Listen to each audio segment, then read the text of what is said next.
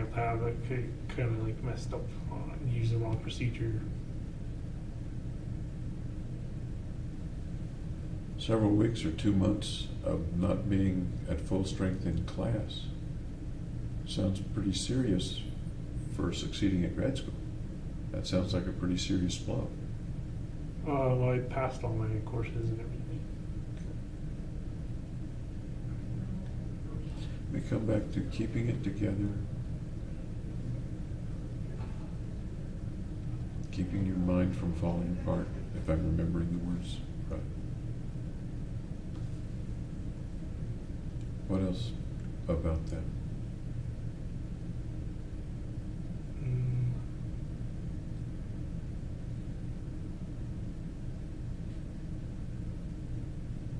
I guess I was also really depressed.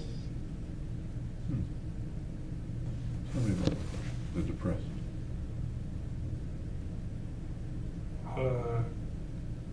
Because I broke up with my girlfriend. That was a little later. Was that in March? Am I remembering that right? When did you break up with Gargi? I don't remember the exact month. It was early 2012. Okay. But the important thing is you said pretty depressed. Can you expand on that a bit? Yeah, I didn't have like my normal drive to finish things and succeed. What's it like to be that depressed? Didn't have your normal drive. What else? Kind of stuck in a rut. What do you mean? It was hard to get up and do things.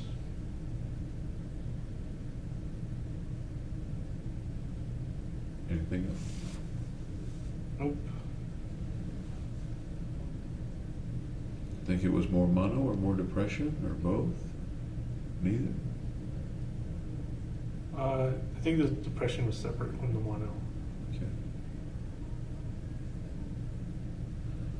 Do you remember, and I know that you've gone online to look for symptoms of mental disorders. Yeah. What symptoms did you find of depression at that time? Or at that time were you not going online looking? I don't remember if I looked at it at that time. How were you sleeping, for example? A lot of sleeping. A lot of sleep. I would like go back and sleep in the middle of the day for like a lunch break. How about appetite? Were you eating okay? Yeah, I'd say the same. Losing weight? No, I'd say the same.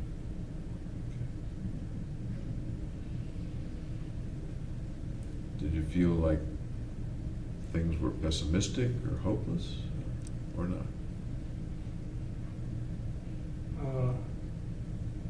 I generally have a pessimistic view. That's your general view, or that was while you were depressed? That's all the time. All the time.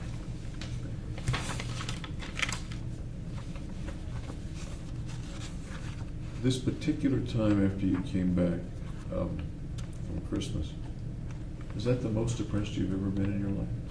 Yeah. Then I really do want to hear more about it. You still went to class? As far as you remember, did you go to all the classes? Yeah.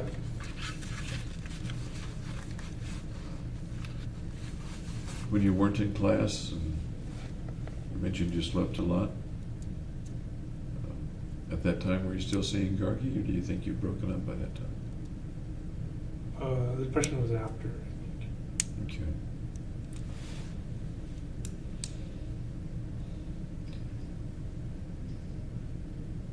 At the deepest of the depressions, did you think about hurting yourself or killing yourself? No. Any other time in the depressions did you think about hurting yourself or killing yourself? No.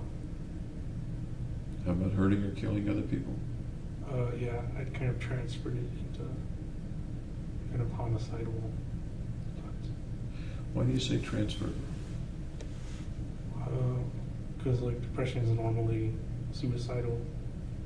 So I kind of transferred my suicidal thoughts into homicidal. Is that word transferred, is that something that came out of you or out of some reading or from somebody else? That's just my own view. Your own view, okay. Tell me about what you were thinking about hurting other people or killing other people. Oh, that's the same things as when I would freeze, kind of homicidal thoughts. Okay. Correct me if I'm wrong, but when you would freeze, there were particular people around who were the object of the saw or the thoughts. Is that right? When it was just more abstract, like the other. Okay. How was your concentration when you were so depressed? I don't know if my concentration changed. Really? You were able to pass. Were you passing as well as you did before and after? Yeah, I was taking less classes. Fewer classes. How was your energy in other things? It was lacking. Can you give me an example? I just would like lie on the couch and not do anything. Do you play video games just as much or less? More, I think. More? Okay. Any change in the video games that you played when you were so depressed? No, not really. Okay.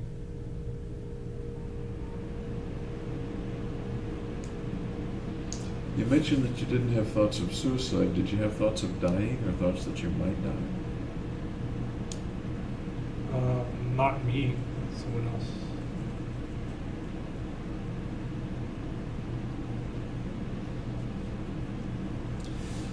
Do you suppose you were feeling guilty about anything? No. Not feeling particularly guilty. Okay.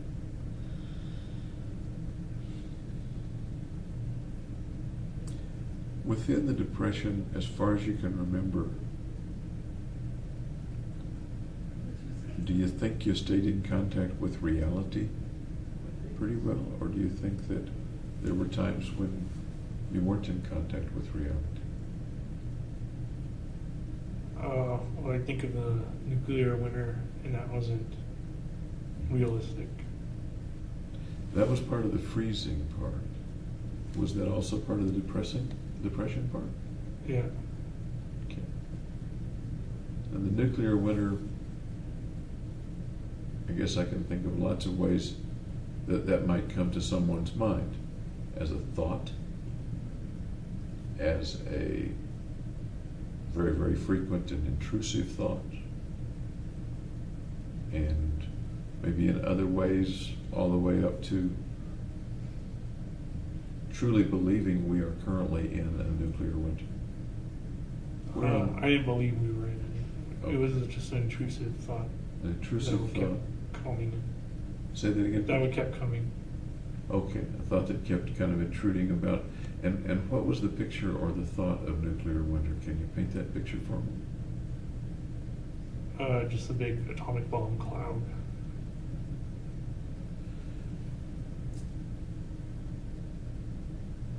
There's an atomic bomb cloud, and my picture of nuclear winter is different from the atomic bomb exploding, but maybe that's not the same picture you have. That's the picture I have, is the atomic bomb cloud. Is the exploding? Yeah, the exploding. Okay. And what happens with that atomic bomb cloud? Do you see the cloud? What else is there? It just disintegrates everything. I'm sorry? It disintegrates. Everything, Yeah. including you. No, I can't. I don't see any people in it. I just see like buildings and stuff. Where do you suppose the picture comes from? Does it all come from inside you, or some movie or book or video game? No, because I watch the History Channel. I've seen. Okay. There are lots of atomic bomb clouds pictures around, aren't there? Okay.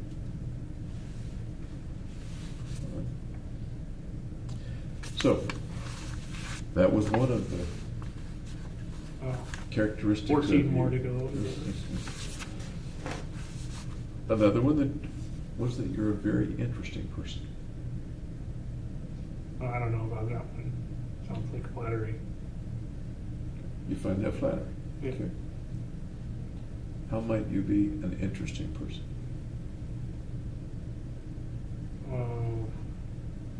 I might be mysterious because I don't share that much of what I do. By being mysterious. Yeah. The mysterious, interesting guy. Okay. Any other reasons that people might find you interesting?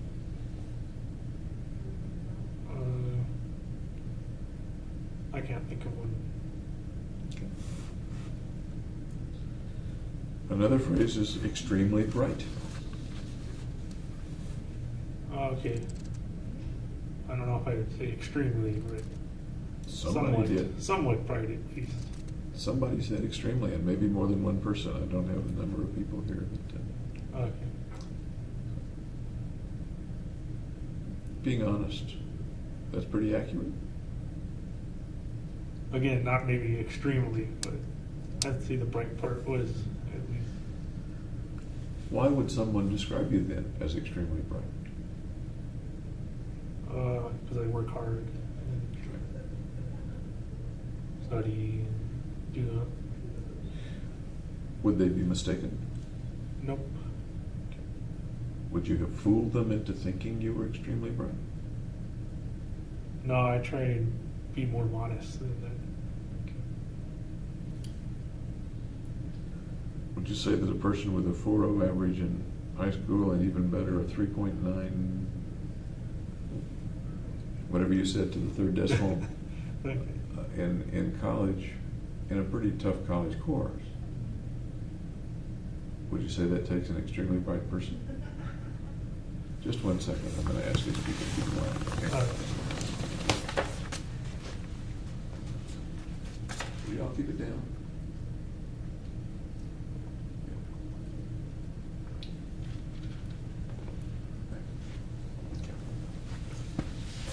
Now they get leeway with it then.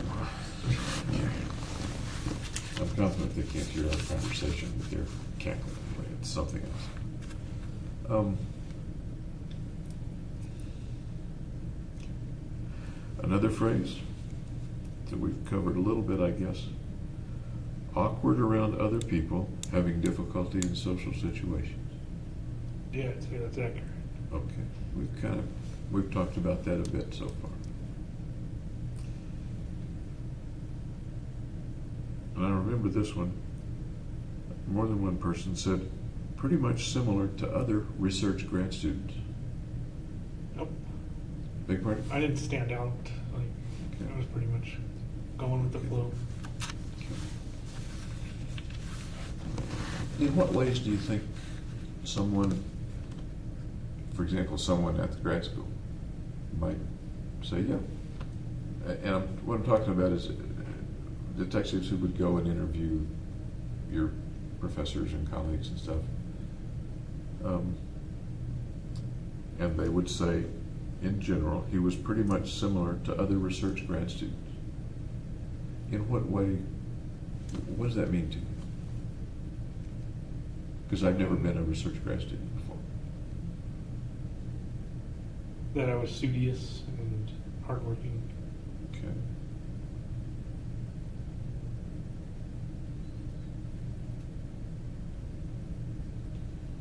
Very angry.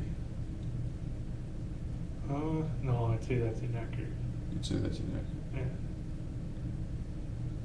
Why might they make that mistake? What might give them that impression?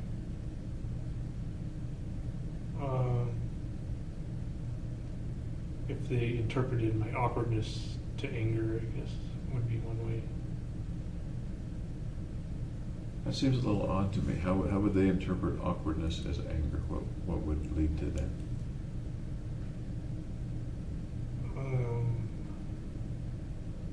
I don't know. That's why I said it was inaccurate. That they said I was angry. Were there people over the last few months or so leading up to July 20th of 2012, people that you told you were angry? Oh, no, I never told anybody I was angry. Okay.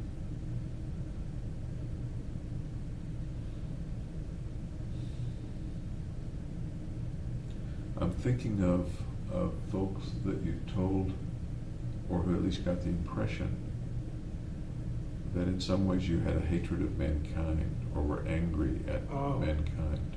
I wrote hatred of mankind in the notebook. Okay. To you, does that translate to very angry, or is that different from very angry? To me, the hatred's kind of like hating broccoli or something, not a fiery, angry, passionate hate.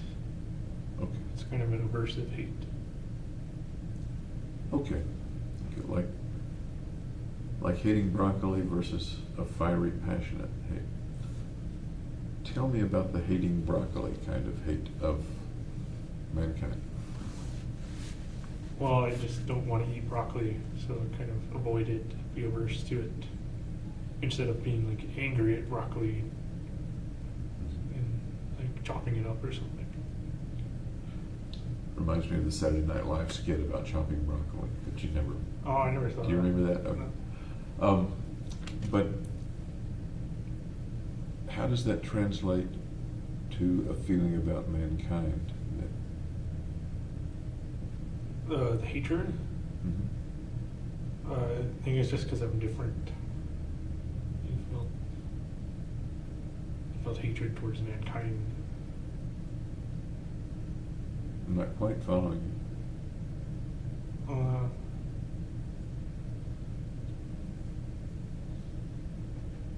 I guess I figured I was kind of separate from mankind, so it felt different. Can you get us from I feel separate from mankind to I hate mankind?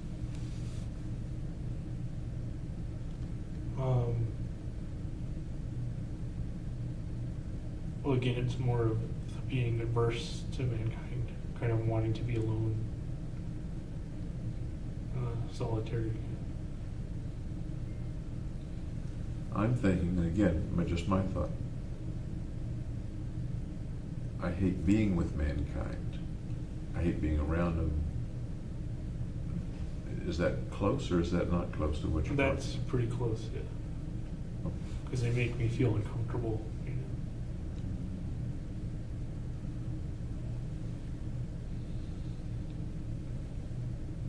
When I think of somebody making me or us feel uncomfortable, one of the things might well be, I hate being around them, I don't like being someplace where I'm uncomfortable. Right. The other thing might be being angry at them for making me feel uncomfortable. No, I was never angry. Okay, not that. And I guess that would have to do with, am I uncomfortable because of some characteristic of them that makes me uncomfortable, or am I uncomfortable because they're doing something to get to me, to make me uncomfortable? Does that make sense at all? Yes. I'm not sure which one it would be. Okay. And again, I'm not trying to put words in your mouth. Next phrase, very self-centered. I'd say that's accurate. Tell me more about that. What do you think of that? I kind of view the world through my own eyes as opposed to other people's.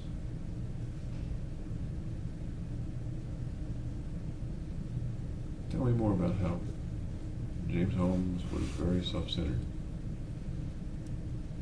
Or is very self-centered for that matter.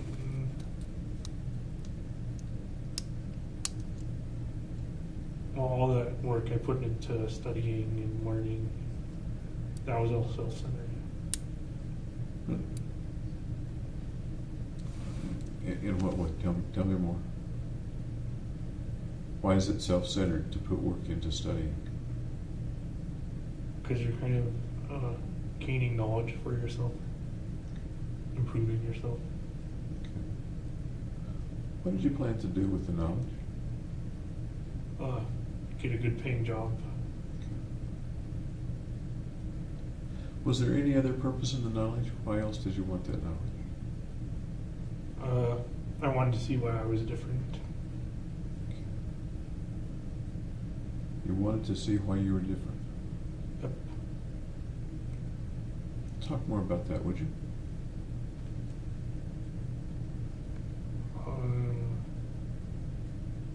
Well, I was interested in the differences between like normal people and people who are different.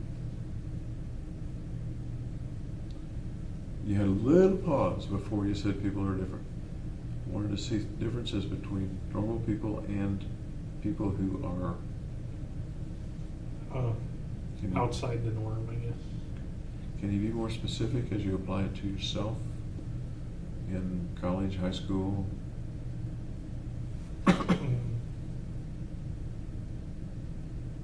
People who are, I guess, mentally ill and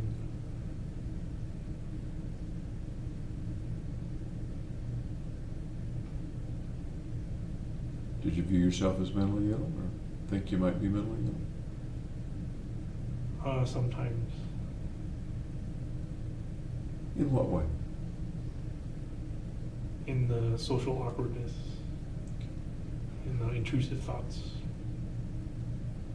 Social awkwardness we've talked quite a bit about so far. How about the intrusive thoughts?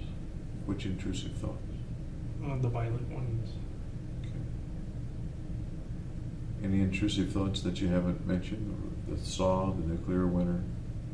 What else? Ultimately, the guns. What were the intrusive thoughts about the guns? That I should shoot as many people as possible. How do you feel as you tell me that? Your voice dropped just a little bit. Not good. Make you nervous to talk about it, or what's the what's the feeling? Makes me nervous. Okay. I appreciate you talking about it. Okay.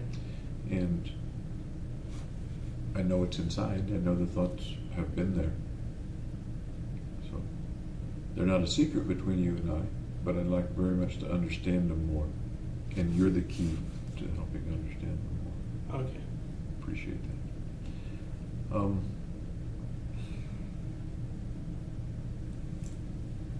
How early in your life were you thinking that you were mentally ill?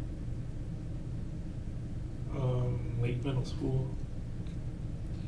And I'm seeing a difference between I'm uncomfortable, I'm not fitting in, or I'm shy.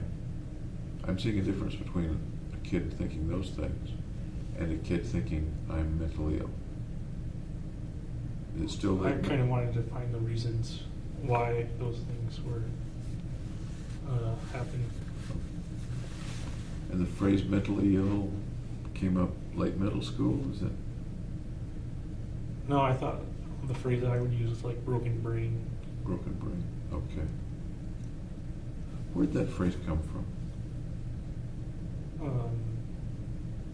It just appeared. From inside you as far as you recall? Yeah.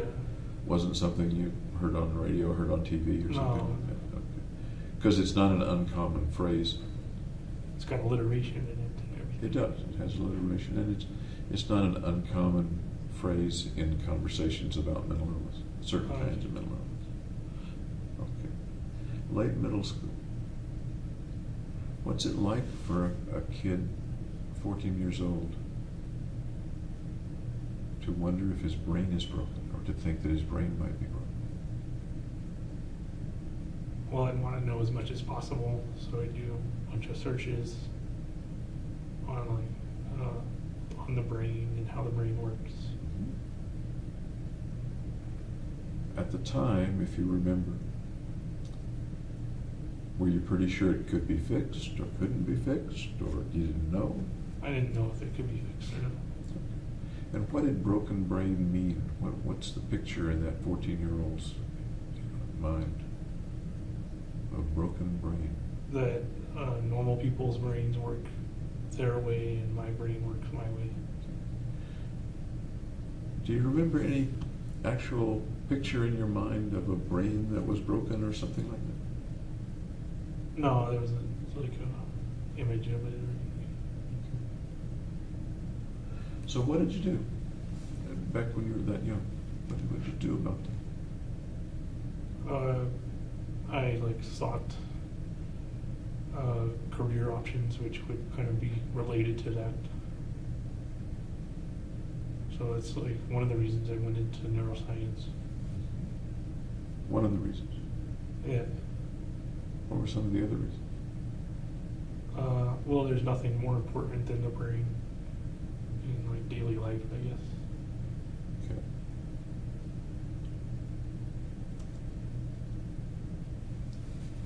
That brings up in my mind a very long-term fix. I'm 14, I'll make it my career and try to discover something that will help me. Yeah. That's years and years and years and years for a 14-year-old. Yeah, I think ahead. Was there any way to help you or to make you feel better when you were 14? No, I would do escapist stuff like video games. That helped? Yeah. How much did it help? Did it make it all go away? Or, It made it go away for the time being. okay. Were there other things that made it go away pretty well? Besides video games? Schoolwork, sports. Okay. Sports, schoolwork. Anything else? TV. Basically, any entertainment. Lots of kids, boys and girls, that age, think there's something wrong with them. It's an endemic condition of young teenagers that there's something terribly wrong with them. And they all take it seriously to one extent or another. You took it, it sounds like, very, very seriously. Yeah. Do you recall knowing whether other kids had things that made them anxious or nervous or depressed or made them feel awkward too? No, I didn't know their views. Do you think you were the only kid that was feeling those things? No, I'm sure there were others. At the time? Yeah, I'm sure there were others then too. Okay. Did you ever talk with friends about it? No, I kept it private. Then how did you know that other kids felt the same thing? Or felt something similar, something akin? Because statistically, there's going to be aberrations. At age 14 you're thinking this, or you're thinking back now? At 14. Okay. So I guess extremely bright does apply. Maybe. If you were thinking that at age 14. Okay. Next phrase. A good bet for admitting to neuroscience grad school. What does that mean? And I'll tell you exactly what it means. As I looked at the applications and the comments from the various admissions committees, a number of the people that you interviewed with and who had reviewed your record said you were a good bet for admitting to their grad school. Okay. Okay. Agree, disagree, comment? No comment. No, you got to give me something. You offered the comment, but no. Okay. We're talking about. Is that before or after they interviewed me, though? This is after the ones I'm thinking of are after interviews. I don't know whether they're among the schools that you applied to when you were at Riverside or the schools that you applied to in the following year. I don't know the answer to that. Just because They're probably in the following year. Okay. So, a number of the people that you interviewed with and who reviewed your record said, he's a good bet for us. What made you a good vet for them? Just my academic record, my GRE scores. Okay. So was that an accurate statement that they were making, an accurate assessment Yeah, I'd say so. of you at the time? Okay. Next one. A bad bet for admitting to graduate school. That's probably because of my social awkwardness and stuff. Okay. What makes you say that? What goes into that statement? Well, that I didn't present myself well during the interviews. Okay. So you're implying it didn't have to do with your academic record? Right, that was pretty good. I had a good academic record. What in the interviews, and I don't mean to be redundant here, but how did those interviews go that might have made someone say, nope, he's not for us? Just if I never said anything, I was kind of too brief with my answers.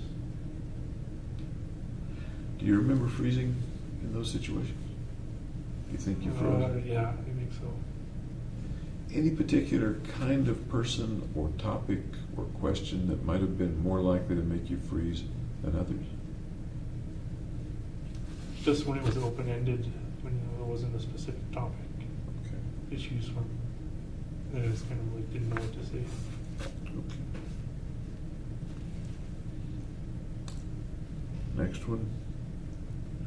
Disdainful of others.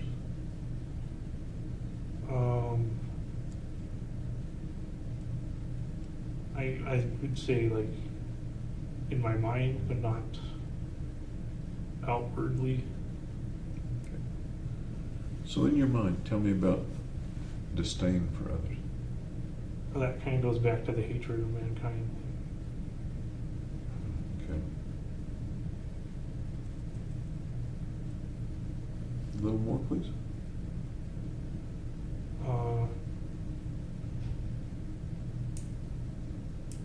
I just didn't see a purpose for people living, I guess. I'm sorry. I didn't see a purpose for people living.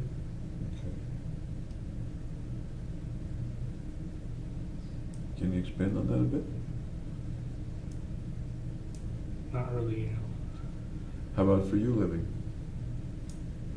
know. My purpose was to fix myself, I guess.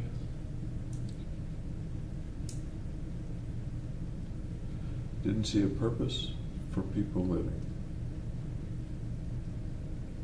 What purpose might you have seen if it had been there? What purpose might you have been looking for that you didn't find? Raising a family, you know, living a cookie cutter life kind of thing, I guess.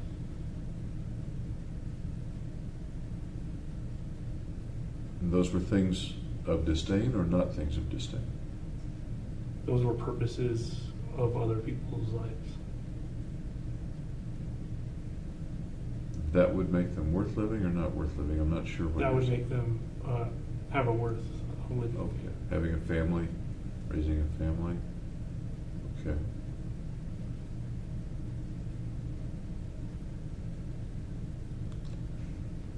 The disdainfulness, you said inside but not And I expressed. wasn't outwardly aggressive toward anybody or anything like that. Aggressive is a little different from disdainful. Why did you say aggressive, not outwardly aggressive? Because I'm more passive than aggressive. Okay.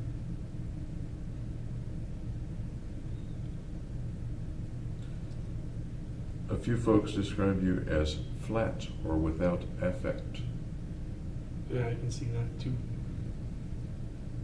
Those are kind of psychological words. What do they mean to you? Flat, without affect. Just not showing too much emotion or too responsive to stimuli.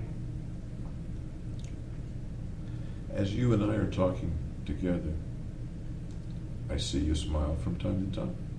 I see you chuckle from time to time. Yeah, not a robot. So. Is that different from the way you were, say, in grad school? No, I'd say pretty much the way I am now is the way I've been. Pretty much the way you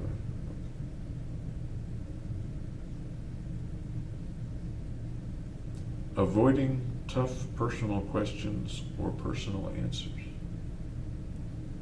I don't know what that means. By personal. Okay. I'm asking you a lot of personal questions, some very personal questions. Do you see yourself kind of avoiding those? Or avoiding the answers to them? No, I try and respond to them, figure them out. Why'd you say believe it or not? What? Did you say believe it or No, not? Or did I misunderstand you? I might have misunderstood you. Okay.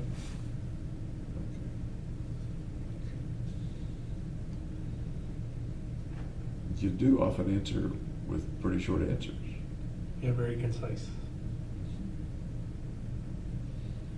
Could also be taken as avoiding expanding on the answers, avoiding detail of the answers.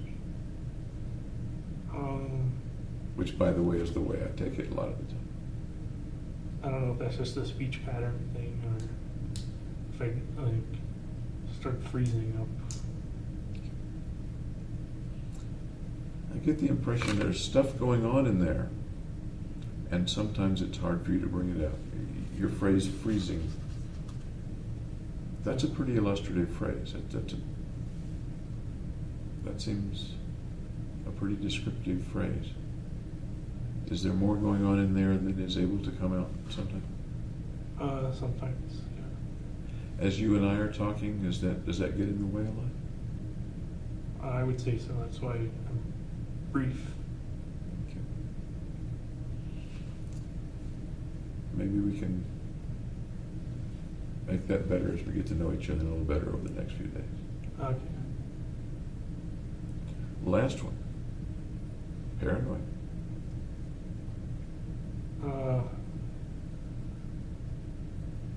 I'd say a little bit, not too much.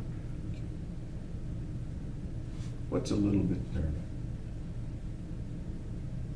Like choosing the seat that's in the corner of the room that can see the whole room kind of thing. Okay. And I'm talking now actually about time when you were in grad school, up to the shooting, in high school maybe, not since the arrest. Oh, okay. I haven't been that paranoid before. I'm not sure you haven't been what? I haven't been that paranoid before the shooting. Nothing. Okay. So the paranoid that you're talking about just now applies to since your arrest? Yeah. Okay. Does it apply to the shooting itself? Being paranoid? Well, maybe a little. How about before the shooting? Does it apply at all? Not like severe or paranoia or anything. I'm sorry? Not severe. And there may be a degree that we might disagree on. I guess the interesting thing about paranoia and things like that is the person who may have it may not realize that he or she has it or is exhibiting it. Let me give an example.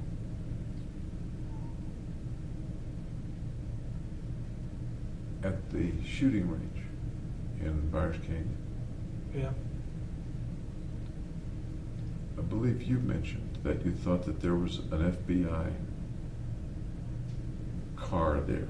Do you recall? Yeah, I saw an FBI SUV drive by. Drive by. How did you know it was an FBI SUV? It said FBI on the side. I guess that's not paranoid then, is I it? don't know. It really says FBI? Yeah. Okay. All right. As you were going into the theater when the shooting occurred,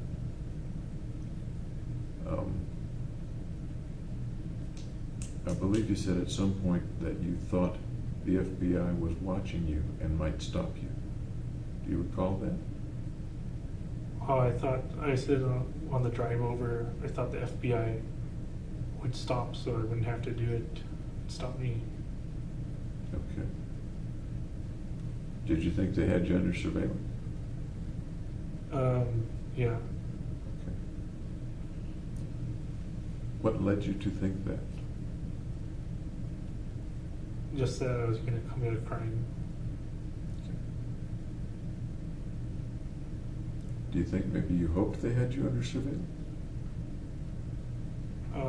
Yeah, a little bit. Can you expand on that? That a little bit of you may have hoped that they were surveilling you. Yeah, so they could have done the right thing. Done the right thing, meaning? Locked me away before I did it.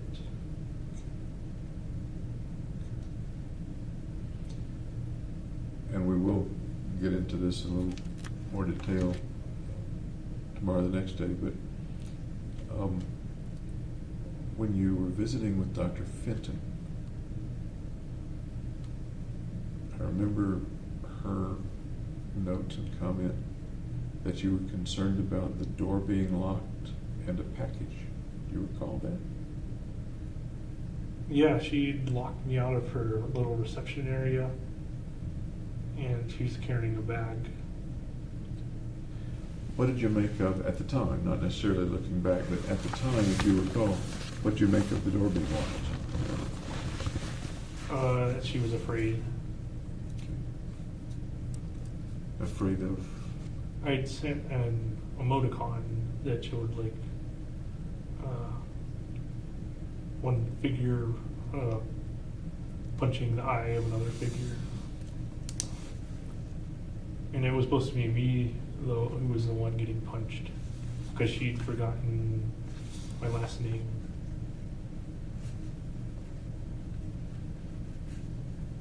So when I went to the pharmacy to get my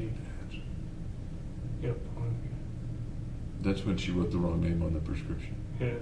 Yeah. Was it the next visit that the door was locked? Yeah, it was the next visit after I'd sent the... Okay.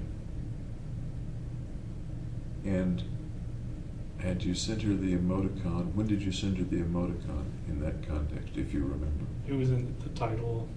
I'm sorry? It was the title of an email. So was the order of events, she wrote the prescription in the wrong name. Yeah. You found out when you got to the pharmacist. It was corrected. You sent her the email with the emoticon. Yeah, with the emoticon title and the wrong name prescription attachment. Okay. And then the next visit, She locked me out. the door was locked. Okay. And your view of the reason for the door being locked was she thought I was going to punch her or something. She thought you were going to punch her. And when you say frightened, was she thought you were going to punch her? Did you think she thought anything else? She might do anything else? No, I think she misunderstood. Okay. Did she explain anything about the locked door at the time? No, I didn't ask her either. Looking back, do you still think that's the reason that the door was locked, or do you think there was some other reason the door was locked? Well, that was the only time the door was locked. So. Okay.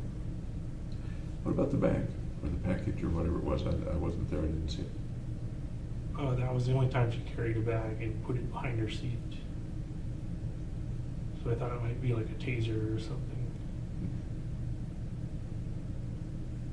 Do you know what it turned out to be? Did you ask her about it, or no? No, I did. I mentioned the bag, right? And then she didn't say anything about it. She didn't show you what was in the bag, or? No. Do you think there might have been a taser in the bag, looking back on it? Might have been, yeah. Did you think more surely, or more nearly surely, that there was perhaps a taser or a weapon